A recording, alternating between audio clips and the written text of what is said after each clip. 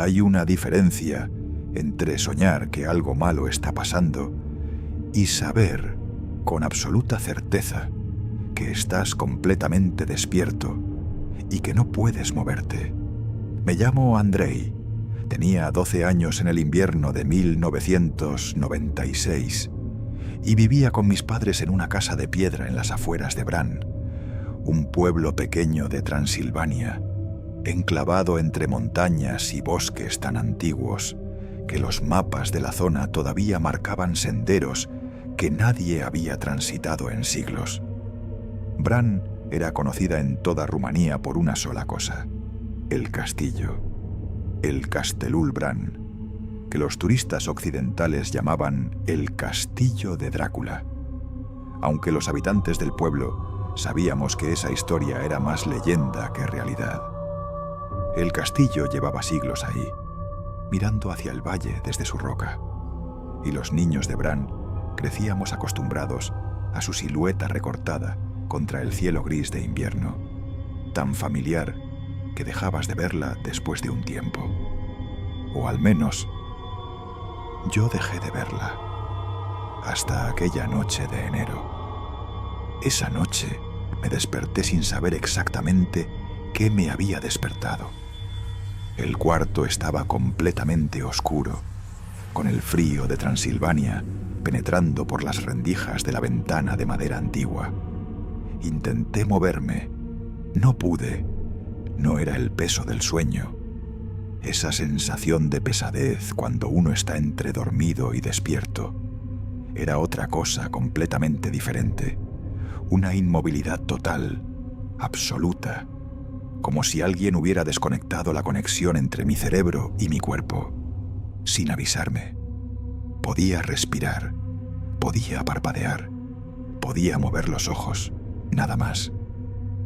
Y entonces, en el rincón más oscuro del cuarto, el rincón que quedaba entre el armario y la pared, donde la luz de la luna que entraba por la rendija de la ventana nunca llegaba, vi que había alguien, no una sombra, no una forma ambigua que podía ser cualquier cosa en la oscuridad, una figura, alta, extraordinariamente alta para el espacio entre el armario y la pared, como si el rincón fuera más profundo de lo que debería ser, completamente inmóvil, con una presencia en el cuarto que no era solo visual, era física, como si el aire hubiera cambiado de temperatura y de densidad en el momento en que esa figura apareció ahí. No me miró, o al menos yo no podía distinguir si me miraba, porque su cara, si tenía cara, estaba completamente en sombra. Duró lo que me pareció una eternidad, aunque probablemente fueron minutos. Y entonces, con la misma ausencia de explicación con la que había aparecido, la figura no se fue, simplemente dejó de estar, y yo recuperé el control de mi cuerpo de golpe, como si alguien hubiera encendido un interruptor. La segunda vez que ocurrió fue una semana después, exactamente igual en los detalles que importaban, pero esta vez algo había cambiado. Esta vez la figura me miraba. No sé cómo lo supe, porque seguía sin poder distinguir su cara en la sombra. Pero hay una diferencia entre ser observado y no serlo, una diferencia que el cuerpo reconoce antes que la mente. Y esta vez pude ver algo más. Era alto, como la primera vez, pero ahora podía distinguir mejor su forma. Llevaba ropa oscura, larga, de un tipo que no correspondía a ninguna época que yo conociera. No era ropa moderna, ni siquiera ropa antigua de los últimos 100 años.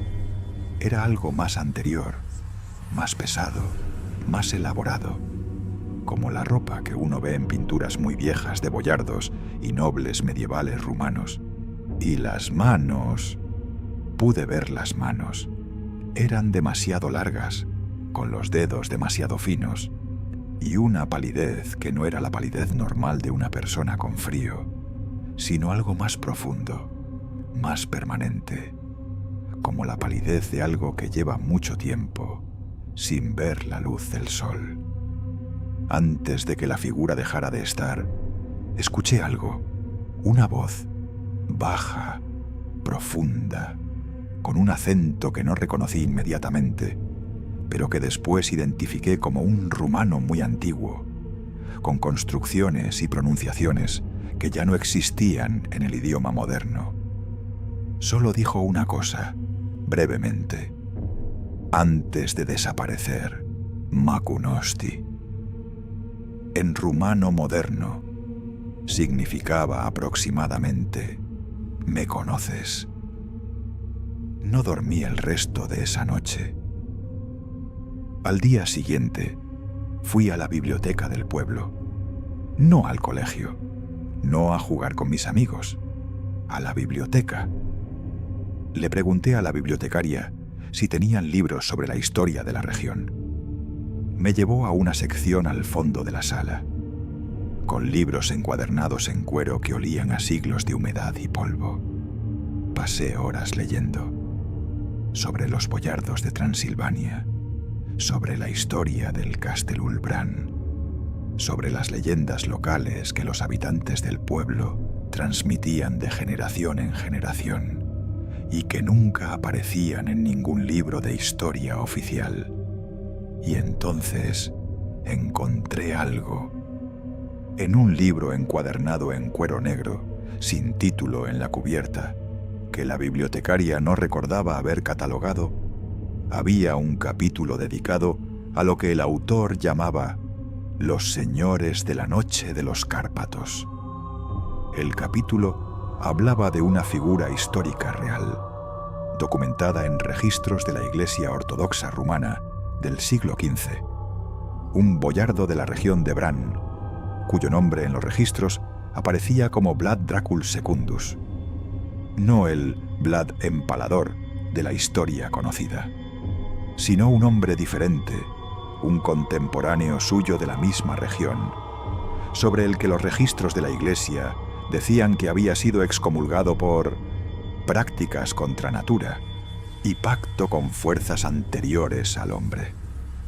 Los registros describían su apariencia: extraordinariamente alto, manos desproporcionadamente largas, piel de una palidez que los escribanos describían como la palidez de quien ha cruzado la línea entre el mundo de los vivos y el de los que no descansan.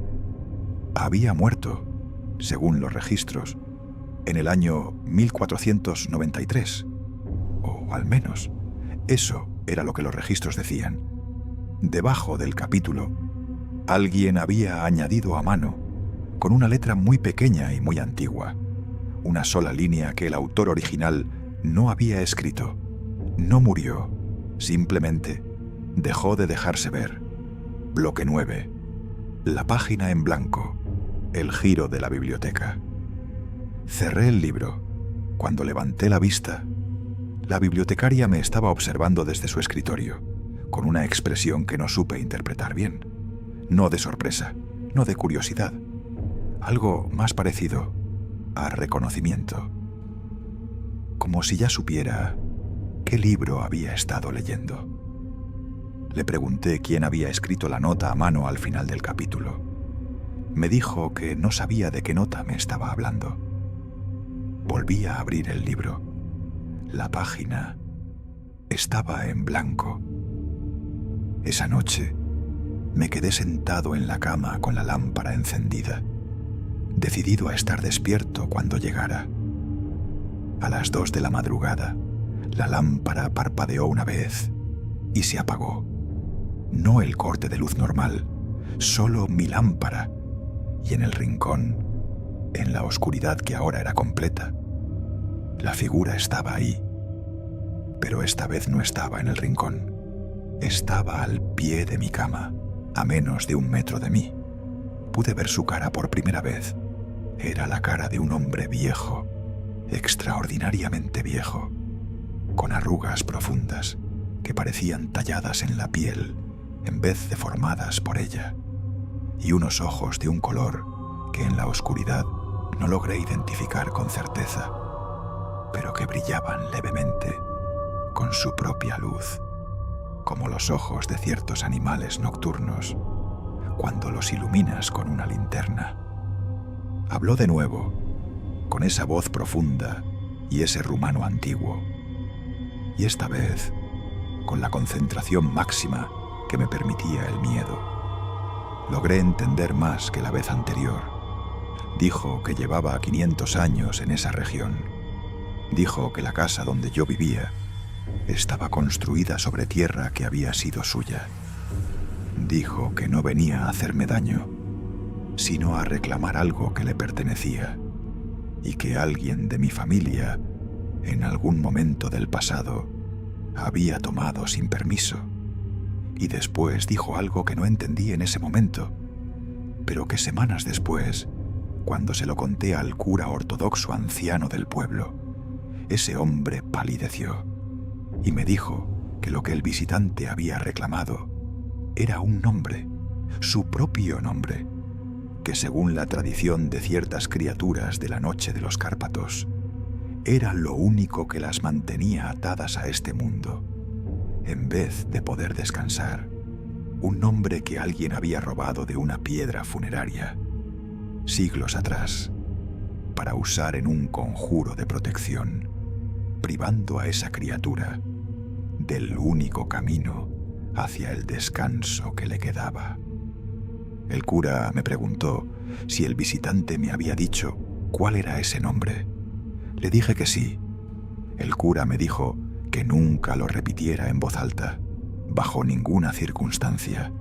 Nunca lo he repetido, pero cada invierno, cuando el frío de Transilvania vuelve y las noches se alargan, cuando el viento baja de las montañas y el Castelulbran desaparece entre la niebla, duermo con la luz encendida y a veces, entre el sueño y la vigilia, en ese momento en que el cuerpo todavía no ha decidido del todo si está dormido o despierto, escucho esa voz profunda y antigua, con su rumano de hace 500 años, pronunciando muy despacio, muy cerca de mi oído, su propio nombre, como si todavía estuviera buscando a alguien que lo devuelva, como si todavía no hubiera encontrado el descanso.